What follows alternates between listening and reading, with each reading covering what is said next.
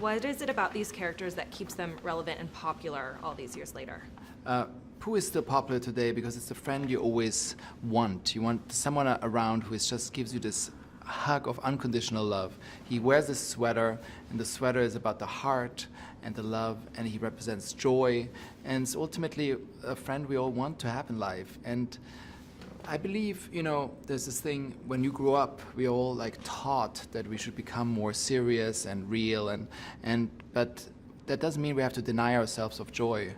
And it's very important, even as a grown-up, to keep opening your heart, to keep being joyful, to keep remembering what's important, that the child within you is as important as the responsibility you have taken on in life now. Do you have a personal favorite Poohism? My personal favorite one is just basically say, oh bother. There are many great Poohisms I love, a lot of deep ones and wise ones and loved ones, but the one is, oh bother, is says everything, because it's basically, oh bother, I'm just moving on. What are some pearls of wisdom from Pooh that audiences can apply to their own lives during these uncertain times? I believe, certain wisdoms of Pooh's people apply in their lives this day and age is truly, to remind them that is sometimes to laugh at themselves, not to take everything too serious, that there is an inherent wisdom in the simplicity of life. And the Poohisms who have real relevance are these simple, I would say, the Poohisms who have real relevance today still are these simple sayings that touch us on an emotion level, on a humorous level, and have wisdom to it. And it's ultimately they're childish, but they have incredible depth. Did working on this film bring back any childhood memories you can share?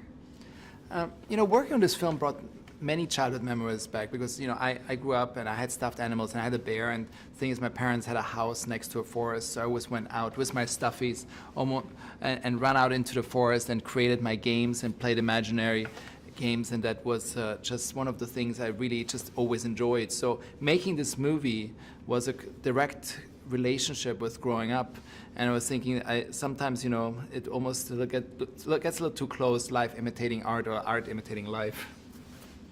Which of the animals from the 100-acre wood do you most relate to? The animal I relate most to is really Pooh, and close second is Eeyore and Piglet. And there's a little bit of hybrid. I mean, I have a little bit of Eeyore and Piglet in me, especially while directing. There's this more moment of worry and fear, and then there comes the Eeyore, but Pooh is the one I really connect with most. Do you think the time is right for a film like this? Why or why not? I believe, Kristin Robin is a film that I felt is really needed in the time we live in. And it's more relevant than ever because we all work too much. We all are guilty of not really connecting with the people we love or not connecting enough with them. One should really also feel often there are very few people who really understand the meaning of doing nothing and the balance between work and vacation. And I just can't speak for myself, but most of the time, if I'm taking a vacation, after a week, I feel guilty, that I should do something. And so it's truly, I think, we live in a time which it's all about productivity. How much can I do? How much can I work? Instead of really reflecting that I should work less, reflect more. And maybe if we work less, we would be less aggressive, be more loving to our coworker, be more understanding. Because I believe the more you work, the more tense you get, the more burned out you get, the more tired you are, the more cranky one becomes.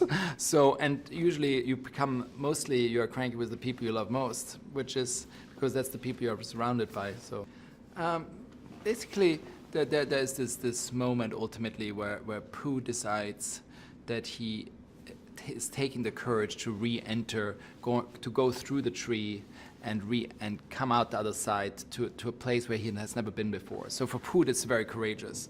It's like leaving the 100-acre woods behind and entering a world he hasn't been. And it's ultimately that for me that's sort of metaphor of stepping forward, taking the risk of going on an adventure and basically going on that adventure and finding new frontiers of yourself and also opening up to a world you don't know of.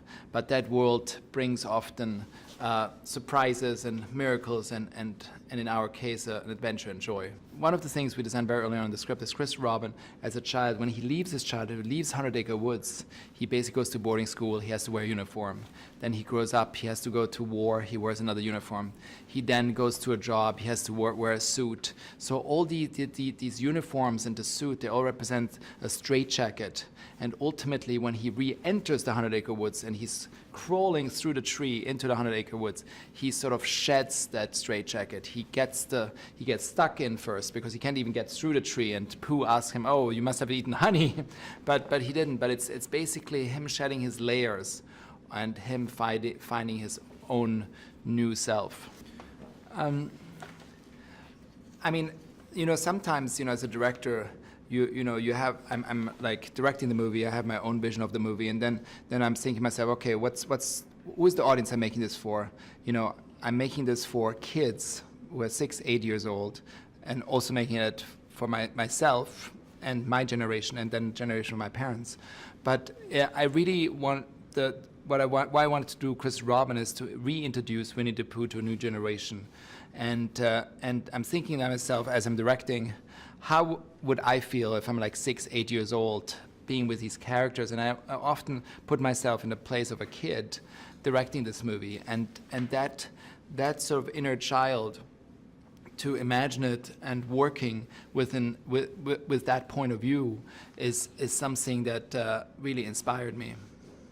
Every time when we worked, basically when we took on this adventure, is as you start directing a movie, you step into a world, you create a world around you, and you live and breathe this world.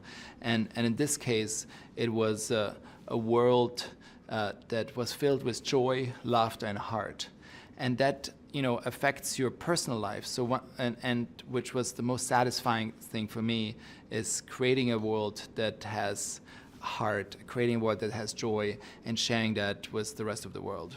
So often, we were all crammed on this one tent, everybody together. Michael Eames, the animation supervisor, Chris Lawrence, the visual effects supervisor, Renee Wolf, my creative partner. Like, we were all underneath this tent in this monitor, and basically, as we're shooting, I could instantly have discuss the scene of how we're going to translate animation, what would work, what wouldn't work, and it's a constant discussion of a creative stream that went on to in the realization process of this film.